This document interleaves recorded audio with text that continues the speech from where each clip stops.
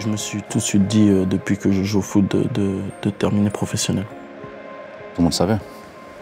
Voilà. Je veux dire, quand on voit un joueur comme ça,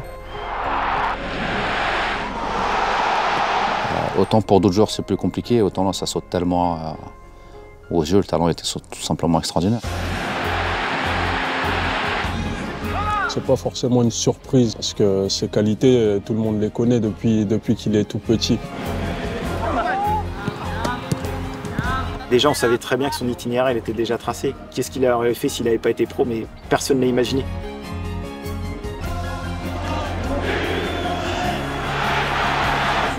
Ousmane, j'ai tendance à dire que c'est un don de Dieu.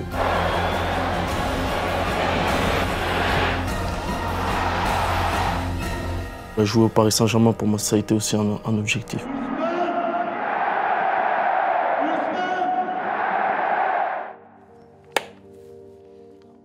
Mathieu Bonnemer, je l'ai connu quand j'étais à Évreux. C'est quelqu'un qu'à Évreux, on apprécie tous. Voilà, c'est, comme on dit, le grand frère. Et voilà, à chaque fois que je le vois ou que je l'ai au téléphone, c'est un plaisir. Grégory Badoche, ça a été mon entraîneur en Benjamin. Voilà, je me rappelle souvent des tournois qu'on a fait avec lui. On en a passé 2 années avec lui exceptionnelles. Moustapha Diatta, c'est mon meilleur ami. C'est celui que j'ai connu quand je suis arrivé à Évreux à l'âge de 4 ans. Sa maman, c'est la meilleure amie de ma maman, donc voilà, on est devenus meilleurs amis parce qu'on se voyait tout le temps, on était tout le temps ensemble. Et depuis, on est toujours ensemble, on est toujours des amis. Notre rencontre, elle s'est faite en 2003. En 2003, dans le quartier de la Madeleine. Et tout de suite, on a accroché. On a accroché par rapport au football, par rapport au fait aussi qu'on habitait dans la même cage. Et voilà, ça s'est fait naturellement. Il n'a pas changé. L'Ousmane que vous voyez aujourd'hui, c'était le même quand il était petit. Voilà. C'est un clown, c'est quelqu'un qui aime rigoler, qui aime faire rire les gens. Arrête! Non! Elle peut sortir, elle a le droit de sortir, même pas de dormir dehors là-bas. Mais non! Elle a le droit de sortir. Ce côté blagueur, ça a toujours été un bon déconneur, un bon vivant.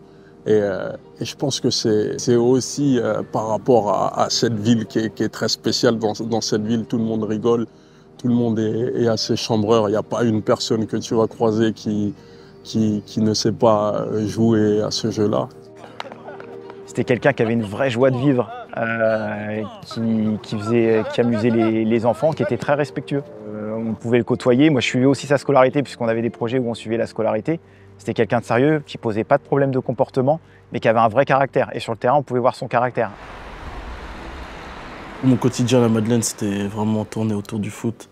Voilà, dès que je rentrais de l'école, j'allais au foot, ou sinon quand j'avais pas le dimanche ou le samedi, il y avait les matchs. Et après, on allait encore jouer au foot. Donc ouais, c'était tourné que autour du foot et voilà, c'était une très belle enfance. Et c'était le genre de petit qui était tout le temps avec un ballon de foot. Il n'y a pas une fois où tu pouvais le croiser, où il n'avait pas son ballon de foot, où il n'était pas prêt à faire un match de foot. C'était déjà un vrai joueur de foot qui se permettait de jouer avec n'importe qui. Le plaisir de jouer, voilà, autour des City Stades, il y avait toujours du monde qui regardait, donc tu voulais toujours impressionner les gens, être le meilleur, etc. C'était la mascotte. La mascotte, c'était le petit, le seul qui avait droit de jouer avec les plus grands, parce qu'il était capable de faire des choses incroyables. Moi, je jouais à Lyon à l'époque. Donc pendant quelques mois, on fait le projet de reprise du club avec Bernard Mendy, un autre ancien du club. Et à l'époque, on était, quand moi j'étais plus jeune, on était en partenariat avec le Stade Malherbe de Caen. Et puis quand on reprend le club, j'appelle Laurent Anglaise à l'époque, qui était responsable recrutement, qui me dit voilà, on est capable de refaire un partenariat. Par contre, ce qu'on aimerait bien, c'est récupérer Ousmane Dembélé. Donc moi, je ne le connais pas. Je ne l'ai pas vu jouer encore, il a 11 ans à l'époque, etc. Donc je lui dis écoute, j'arrive à Évreux, c'était au mois de juin, avant qu'on reprenne le club, c'est les vacances pour nous. Je lui dis écoute, j'arrive, je vais me renseigner, je vais discuter avec lui, je vais le voir jouer, etc. Et donc j'appelle un ami, animateur social au quartier, qui me dit bah viens, il joue dans un gymnase à 18 h cet après-midi. et je te le présente. Et j'ai vu un très bon joueur de foot. Ce qui est dingue aujourd'hui, c'est que tout ce qu'on voit à la télé, ils faisaient la même chose. Mais avec des enfants qui jouaient au niveau départemental, au niveau régional, ils faisaient la même chose. Les mêmes crochets, les mêmes feintes. La technique, le crochet, comme on dit de Ousmane, le crochet, je pense qu'il vient de là. Il vient des City Stades. Et voilà, je l'ai gardé jusqu'au jour d'aujourd'hui. C'est un don de Dieu. Il y a des petits qui travaillent, qui développent des qualités, et lui, c'était pas son cas. Comment tu expliques qu'un petit gamin, il tire de la même façon du pied gauche et du pied droit?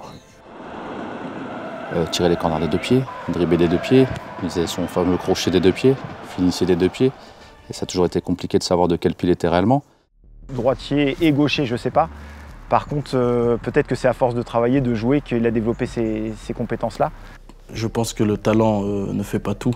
Il faut travailler, il faut écouter les consignes des éducateurs qui sont là depuis longtemps, qui ont vu passer énormément de joueurs qui ont du talent mais qui n'ont pas réussi aussi. Donc voilà, faut travailler. Tout le monde pense que oui, c'est un talent qui est inné, mais il a travaillé. Un jour, il pleuvait des torrents, moi, je regardais par la fenêtre. Il était là avec son ballon, là, comme d'habitude. Il mettait des grosses frappes, des mines, pied gauche, pied droit ici.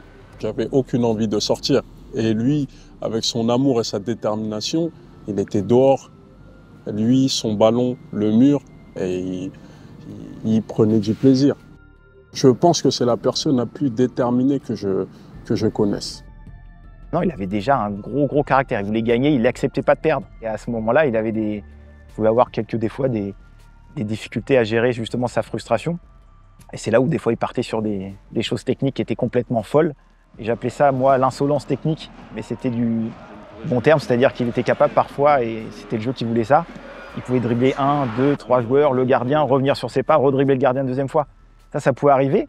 Mais derrière, il n'y avait pas de mauvais esprit derrière tout ça. Il n'y avait pas de « je ne veux pas respecter », c'était le jeu, c'était comme ça, c'était ce qu'il apprenait aussi en dehors du club. Je me rappelle du grand frère à Moustapha Diatta. On était en train de jouer devant le bâtiment. Et il nous a dit « Allez, on va s'inscrire à l'ALM d'Évreux ». Donc c'était un joueur spécial qu'on se devait d'accompagner. Les coachs l'ont compris très tôt.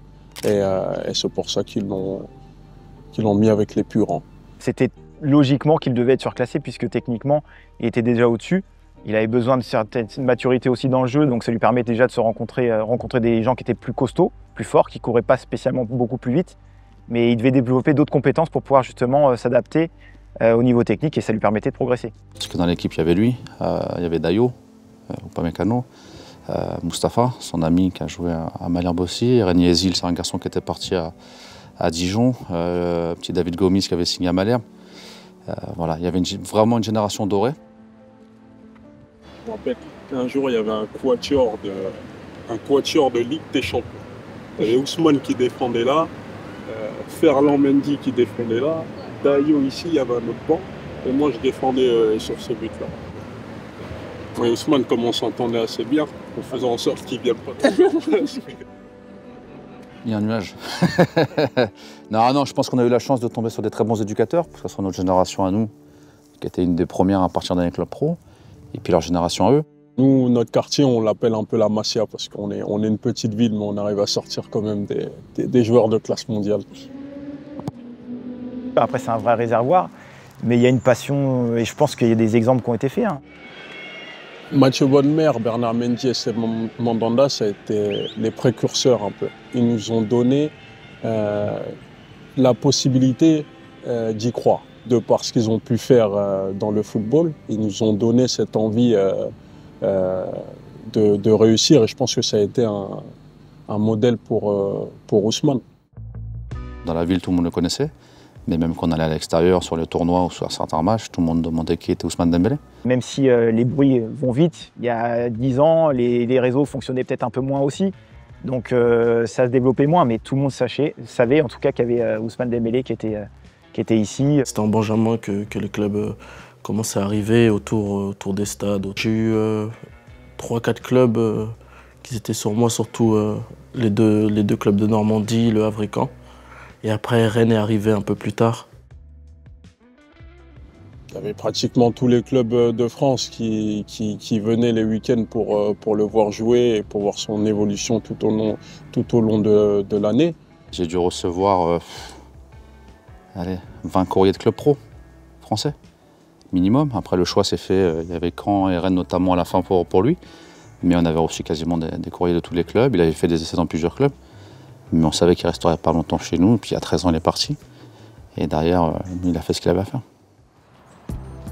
Évreux, ça paraît un peu loin comme ça parce que c'est en Normandie, mais c'est pas très loin de Paris. Donc ici, la plupart des gens, ils sont pour le PSG. Le PSG, c'est le club qui était à côté de chez nous. Évreux, Paris, obligatoirement, on est pour le PSG. C'était vraiment le plus grand club de France. Voilà, ça faisait rêver tout jeune joueur français. Je suis venu plusieurs fois au Parc des Princes, regarder les matchs, etc. On a fait PSG Malmo en Ligue des Champions. On a fait ce match et c'est marrant parce qu'on était en tribune Auteuil. Et quelques mois plus tard, Ousmane il a signé pro et il se retrouvait sur le terrain.